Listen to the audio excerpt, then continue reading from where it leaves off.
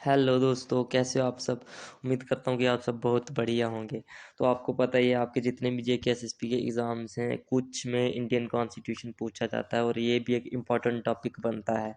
तो आज हम क्या करेंगे, इंडियन कॉन्स्टिट्यूशन का जो भी पूछा जाता है जेके एसएसपी एग्ज़ाम में, उसको पूरे एक बार एक ही लेक्चर में उसको ख़त्म करेंगे, अच्छे से पढ़ लेंगे और ताकि आपको आगे में मदद मिल सके। तो इंडियन कॉन्स्टिट्यूशन के ऊपर एमसीक्यूज़ भी नेक्स्ट पार्ट में आएंगे। तो चलो शुरू करते हैं। ये जो सुपरवाइजर का सिलेबस है, इसमें इंडियन कॉन्स्टिट्यूशन के basic features, preamble, fundamental rights, fundamental duty, DPSP, ये पूछा जाएगा। तो ये ज़्यादातर सिलेबस में होगा, तो इसको एक बार अच्छे से पढ़ लेना।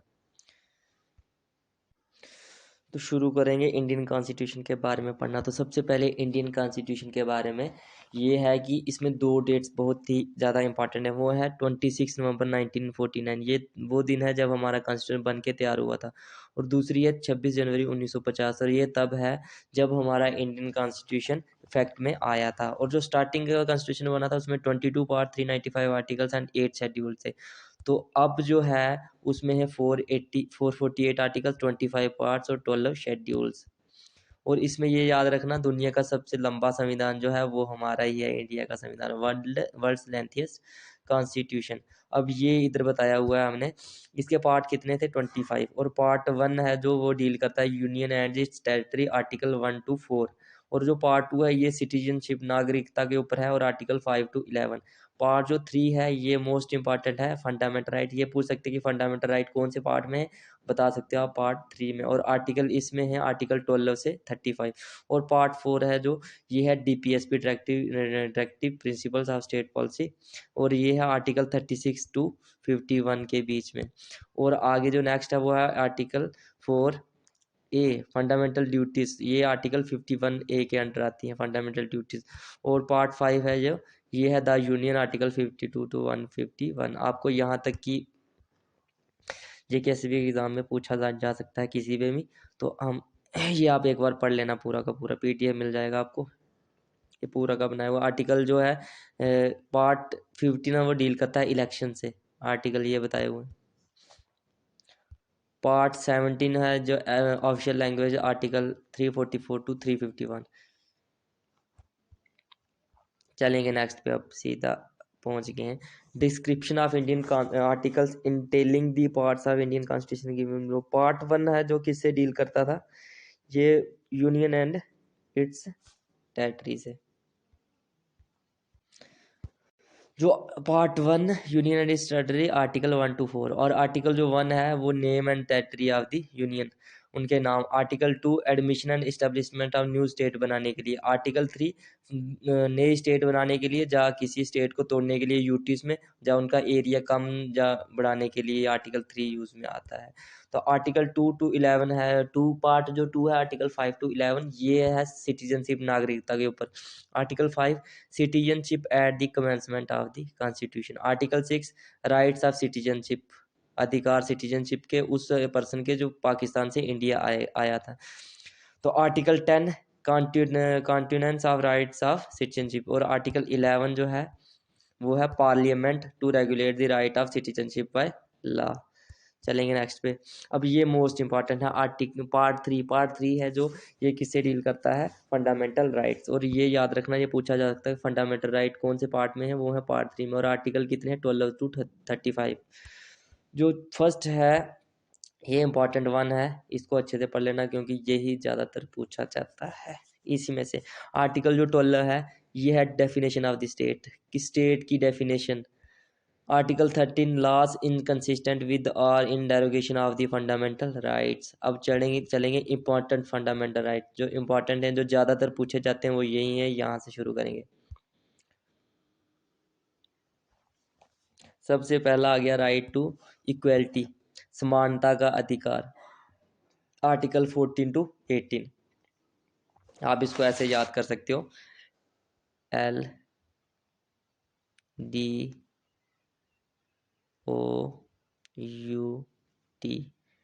ठीक है, LDOUT, ये आप ऐसे ट्रिक बनाओ, LDOUT याद कर सकते हो। आर्टिकल जो 14 है, इक्वलिटी बिफोर द लॉ, समानता का अधिकार, इक्वलिटी बिफोर द लॉ। तो एल से बन गया ला, ये याद कर सकते हो 14 में equality before law. Article 15 prohibition of discrimination on the grounds of religion, race, caste, sex और प्लेस ऑफ बर्थ। तो इसमें है कि आप किसी को डिस्क्रिमिनेट नहीं कर सकते रिलीजन के बेस पे, रेस, कास्ट, सेक्स और प्लेस ऑफ बर्थ। ठीक है, आप ऐसा नहीं कर सकते, और ये 15 के अंडर है, और डी से आप इसको याद कर सकते हो। आर्टिकल 16 है equality of opportunity in matter of employment. Employment के मैटर में अपॉर्चुनिटी सबको बराबर की मिलेगी, तो ओ से अपॉर्चुनिटी। 17 एबोलिशन ऑफ अनटचेबिलिटी, छुआछूत है जो इसको एबोलिश किया गया है। और आर्टिकल 8 है जो ये करता है एबोलिशन ऑफ टाइटल, और टी से आप इसको ऐसे करके याद कर सकते हो, LDOUT। तो आप अच्छे से इसको याद कर लेना, इन्हीं से ज़्यादातर बनेंगे। अब ये देखो article 14 equality before the law, article 15 prohibition of discrimination, article 16 equality of opportunity, article 17 untouchability, article 18 abolition of title. आप सिर्फ इस तरीके से याद करो, आप अच्छे से याद कर सकते हो। PDF पढ़ लेना एक बार। चलेंगे नेक्स्ट पे। अब आगे वाला है जो इसका पार्ट, वो है राइट टू फ्रीडम, आज़ाद रहने, राइट टू फ्रीडम, अधिकार आज़ादी के। आर्टिकल 19 टू 22 के बीच में है। आर्टिकल जो 19 है, तो वो 6 राइट्स अपने अंदर, इसके अंदर 6 राइट हैं। कितने? 6। ABCDEFG, ये 6 हैं। तो ए में है freedom of speech and expression, पहला है स्पीच एंड एक्सप्रेशन। आप आपको पूरी आज़ादी है स्पीच, अपने जो आपके जो भाव हैं आप उनको प्रस्तुत करने की। Freedom to assemble peacefully without arms, और आप इकट्ठे हो सकते हो पीसफुली, और आपके पास कोई हथियार नहीं होना चाहिए, इसकी फ्रीडम है आपको। फ्रीडम टू फॉर्म एसोसिएशन और यूनियंस, आप अपने ग्रुप्स बना सकते हो, एसोसिएशन बना सकते हो, इसकी भी आज़ादी है। To move freely throughout the territory of India की किसी भी स्टेट में आप घूम सकते हो, किसी भी यूनियन टेरिटरी में घूम सकते हो, ये भी इसके किसके अंडर आएगा? आर्टिकल 19 के अंडर। और आर्टिकल इसके इसी के अंडर एक भी आएगा, किसी भी पार्ट में आप रह सकते हो इंडिया के, territory of India. Article 5F omitted. तो आर्टिकल G है जे freedom to practice any permission or to carry any occupation, trade or business, आप कुछ भी कर सकते हो, कोई भी प्रोफेशन आप अपना सकते हो। ये आर्टिकल 19 के अंदर आते हैं सारे के सारे। आर्टिकल 20 है जो protection in respect for conviction for offences, तो क्रिमिनल ऑफेंसेस के खिलाफ भी आपको प्रोटेक्शन मिलेगी, respect for conviction for offences. Article 21 protection of life and person, article 21 जो है protection of life and personal liberty, अपने जीवन की रक्षा करने का आपको पूरा अधिकार है। Article 22 protection against arrest and detention in certain cases, आप अरेस्ट और डिटेंशन के खिलाफ भी कुछ केसेस में बच सकते हो आर्टिकल 22 के अंदर। और आगे वाला जो राइट अगेंस्ट एक्सप्लोटेशन, कि आपका कोई ऐसे एक्सेसिव यूज़ नहीं कर सकता, फोर्स लेबर वगैरह। आर्टिकल 23 है prohibition of traffic in human beings and force labour, आप किसी भी इंसान को, कोई भी आदमी इस आर्टिकल के मुताबिक अपनी मर्जी से काम नहीं करवा सकता, वो खुद ही करना चाहे तो कर सकता है, फोर्स नहीं कर सकते आप किसी को। आर्टिकल 24 है जो प्रोहिबिशन ऑफ एम्प्लॉयमेंट ऑफ बच्चों को 14 साल की उम्र के नीचे को फैक्ट्रीज और माइन में काम नहीं मिलेगा, ये आर्टिकल 24 बताता है। अगर आप ऐसा कोई भी ऐसा करता है तो वो क्रिमिनल ऑफेंस माना जाएगा। आर्टिकल 24 है, ये मोस्ट इंपॉर्टेंट है, चिल्ड्रन को बचाने के लिए कि उनको फोर्स लेबर ना किया जाए। आर्टिकल 23 ये है कि किसी भी इंसान को फोर्स लेबर ना किया जाए, ये दोनों याद रखना। Right to freedom of religion, अपने धर्म का प्रचार करने का भी आपको अधिकार मिलेगा। Article 25 freedom of free profession of practice and propagation, आप अपने धर्म का प्रचार कर सकते हो। आर्टिकल 26 रिलीजियस फियर, आप कुछ भी अपने फेस्टिवल वगैरह मना सकते हो। आर्टिकल 27 फ्रीडम हैज़ टू पे टैक्सी फॉर प्रमोशन, अपने प्रमोशन रिलीजन के प्रमोशन के लिए आप टैक्सीज पे कर सकते हो। आर्टिकल 28 जो है freedom from attending religious instructions. Culture and education right, article 29 and article 30। Article 29 protection of interest of minorities, minority के इंटरेस्ट को प्रोटेक्शन करना। Article 30 right of minority to establish and administer educational institutions. और article जो 32 है इसको कहा जाता है right to constitution remedies, heart and soul of the Indian constitution. Article 32 remedies for enforcement of fundamental rights, ये आप याद रखना। कि अगर आपका फंडामेंटल राइट वायलेट होता है, कोई भी अगर आपका फंडामेंटल राइट वायलेट होता है तो आप सुप्रीम कोर्ट जा सकते हो। ये है, इसको कहा था भीमराव अम्बेडकर जी ने heart and soul of the Indian constitution. तो ये हमारे हो गए इम्पॉर्टेंट फंडामेंटल राइट्स कंप्लीट। इसको एक बार पढ़ लेना, एक बार क्विक रिवीजन कर लेते हैं इसकी। Fundamental rights: right to equality 14 to 18, right to freedom 90 to 22, right against exploitation 23-24, right to freedom of religion 25 to 31, and article 32 है जो remedies for enforcement of fundamental rights. तो अब आ गया डीपीएसपी, ये भी आपके है सिलेबस में। आर्टिकल 36 है जो डेफिनेशन बताता है। आर्टिकल 37 जो है ये बताता है application of DPSP, read about directive principle of state policy. Article 39A, article 39A जो है ये इक्वल जस्टिस, सभी को समानता, सभी को समान न्याय मिलेगा और फ्री लीगल एड मिलेगी। Article 40, organisation of village panchayat, village panchayat की ऑर्गेनाइजेशन आर्टिकल 40 के अंडर डीपीएसपी के अंडर होती है। आर्टिकल 41, आर्टिकल 41 है जो राइट टू वर्क, काम करने का अधिकार, पढ़ने का अधिकार and public assistance in certain cases. Article 41। Article 43 living wages, wages for workers. Article 43A participation of workers in the management of industries, ये आर्टिकल 43A कहता है। इसमें आप 39A equal justice and legal free add, ये important है। Article 40 ये भी बहुत इंपॉर्टेंट है कि विलेज पंचायत को ऑर्गेनाइज करना, ये आर्टिकल 40 कहता है। और article 41 right to work to education, ये भी इम्पोर्टेंट है। अब 44 है जो आर्टिकल 44, ये है यूनिफॉर्म सिविल कोड। ये कौन सा है? यूनिफॉर्म सिविल कोड, ये 44 के अंडर है। 45 provision for free and compulsory education for children, कि बच्चों के लिए फ्री और कंपल्सरी एजुकेशन होगी। आर्टिकल 45 कहता है कि बच्चों को फ्री, बिना पैसा लिए और कंपल्सरी एजुकेशन की, बच्चों को पढ़ाना ही होगा, ये आर्टिकल 45 कहता है। आर्टिकल 46 कहता है promotion of education and economic interest of SC, scheduled tribes and OBC. Education and economic interest है जो schedule caste, scheduled tribes and OBC. Article 47 duty of state to raise the level of nutrition standard of living and improve public health, कि state की ये duty है कि level of nutrition जो उसको बढ़ाना है, लोगों के रहने का तरीका, स्टैंडर्ड है जो उसको बढ़ाना है, और पब्लिक जो हेल्थ है तो उसको भी बढ़ाना है, इम्प्रूव करना है, ठीक करना है उसको भी। तो आर्टिकल 48 कहता है organisation of agriculture and animal husbandry. 49 कहता है protection of monuments and places object of natural importance, कोई भी ऐसी चीज़ है नेचुरल इंपॉर्टेंस की है और मॉन्यूमेंट्स हैं जो हिस्टोरिकल, जैसे कि ताजमहल हो गया, बुलंद दरवाज़ा, कुछ भी ऐसी चीज़ें हैं पुरानी सभ्यताओं की, तो उनको बचाना है, ये आर्टिकल 49 कहता है। इसे सबका काम है।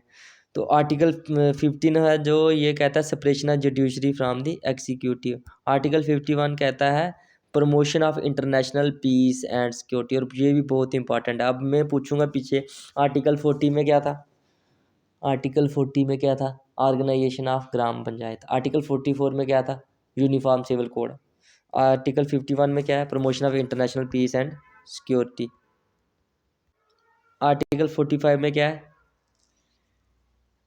Compulsory education for children. ये भूलो मत, ये एक बार अच्छे से पढ़ लेना। और अब हमने जो इम्पोर्टेंट थे वो पढ़ लिए। 12 to 35 ये थे फंडामेंटल राइट्स, ये भी पढ़ लिए हैं। 36 to 50 डीपीएसपी थी, ये भी पढ़ लिया। और आर्टिकल 51 फंडामेंटल ड्यूटीज़, ये पढ़ेंगे आगे। तो यही था जो आपके सिलेबस में आने वाला है, और बाकी भी इस पीडीएफ में सब कुछ इसके बिहार में मिल जाएगा, वो पढ़ लेना एक बार। आर्टिकल 80 है जो ये number of seats in Rajya Sabha. Article 243 Panchayati Raj institution. Article 343 ये कहता है Hindi as official language. Article 356 imposition of president rule, president rule की के लिए बताता है article 356। Article 370 special status of Jammu and Kashmir, जो अब खत्म हो चुका है। Article 395 repeals Indian independence act and government of India act 1990। ये कुछ इंपॉर्टेंट थे, ये भी बन सकते हैं आपके एग्जाम में, तो इसमें इसको भी पढ़ लेना एक बार। अब ये देखो फंडामेंटल ड्यूटीज़ क्या हैं। Fundamental duties which were added by 42nd amendment act. कौन से अमेंडमेंट एक्ट में जोड़ा गया था इनको? 42nd अमेंडमेंट एक्ट इन 1976 में आया था, ठीक है। तो in addition to creating and promoting culture also strengthen the hands of legislature in enforcing the duty. तो पहला इसको जो फंडामेंटल ड्यूटी है, avoid by the Indian constitution respected ideal and institution, national flag and national anthem. National anthem national flag को respect करना है, idol and institution को भी रिस्पेक्ट करना है।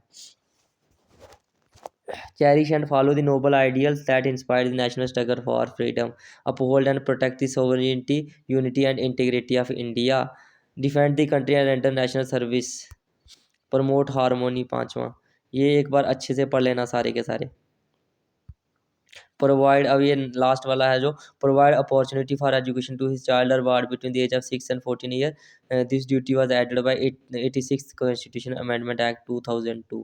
ये भी एक बार पढ़ लेना। तो कितनी फंडामेंटल ड्यूटी होगी पूरी? 11 फंडामेंटल ड्यूटीज।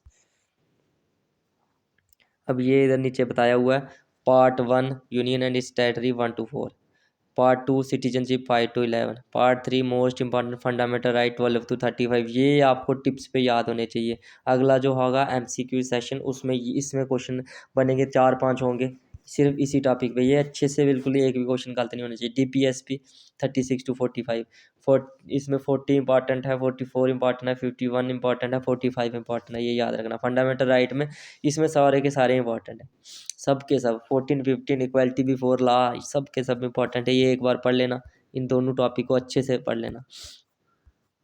और बाकी वाले ये आप खुद पढ़ सकते हो, PDF मिल जाएगा आपको। अब ये देखना है बारोड फीचर कि हमने फीचर कहाँ से लिए हैं इंडियन कॉन्स्टिट्यूशन के, कौन कौन सी चीज़ कहाँ से ली गई है। ब्रिटेन से लिया गया है रूल ऑफ लॉ और सिंगल सिटीजनशिप। आयरलैंड से लिया गया है DPSP। USA से लिया गया है fundamental rights, impeachment of president. और रशिया से लिया गया है फंडामेंटल ड्यूटी। फ्रांस से लिया गया ideals of liberty, equality and fraternity, ठीक है, ये याद रखना। अब प्रीमेबल के बारे में पढ़ लो। Preamble is based on objective resolution which was moved constitution assembly. किसने लाया था? जवाहरलाल नेहरू ने 13 दिसंबर 1946, और एक्सेप्टेड हुआ था 22 जनवरी 1947, और adopted by constituent assembly on 26 नवंबर 1949, तो कमिंग इनटू फोर्स ऑन 26 जनवरी 1950। और इसके बीच में क्या कहा गया था, ये पढ़ लेना एक बार पूरा का पूरा, ठीक है। ये है हमारा प्रीमेबल। और जो रेट्स होती हैं इंपॉर्टेंट, सुप्रीम कोर्ट और the high court protect the fundamental right. Supreme court जो हमारे फंडामेंटल राइट हैं उनको प्रोटेक्ट करता है, तो उसमें मैनी डोमिनेंट पावर है, तो वो 5 रिट्स इशू कर सकता है सुप्रीम कोर्ट। पहली है habeas corpus, mandamus, prohibition, certiorari and quo warranto. तो हमने आज अच्छे तरीके से इसका पूरा का पूरा जितना भी इंडियन कॉन्स्टिट्यूशन का इम्पॉर्टेंट जो बनने वाला था वो एक बार पूरा का पूरा रिवाइज कर लिया है।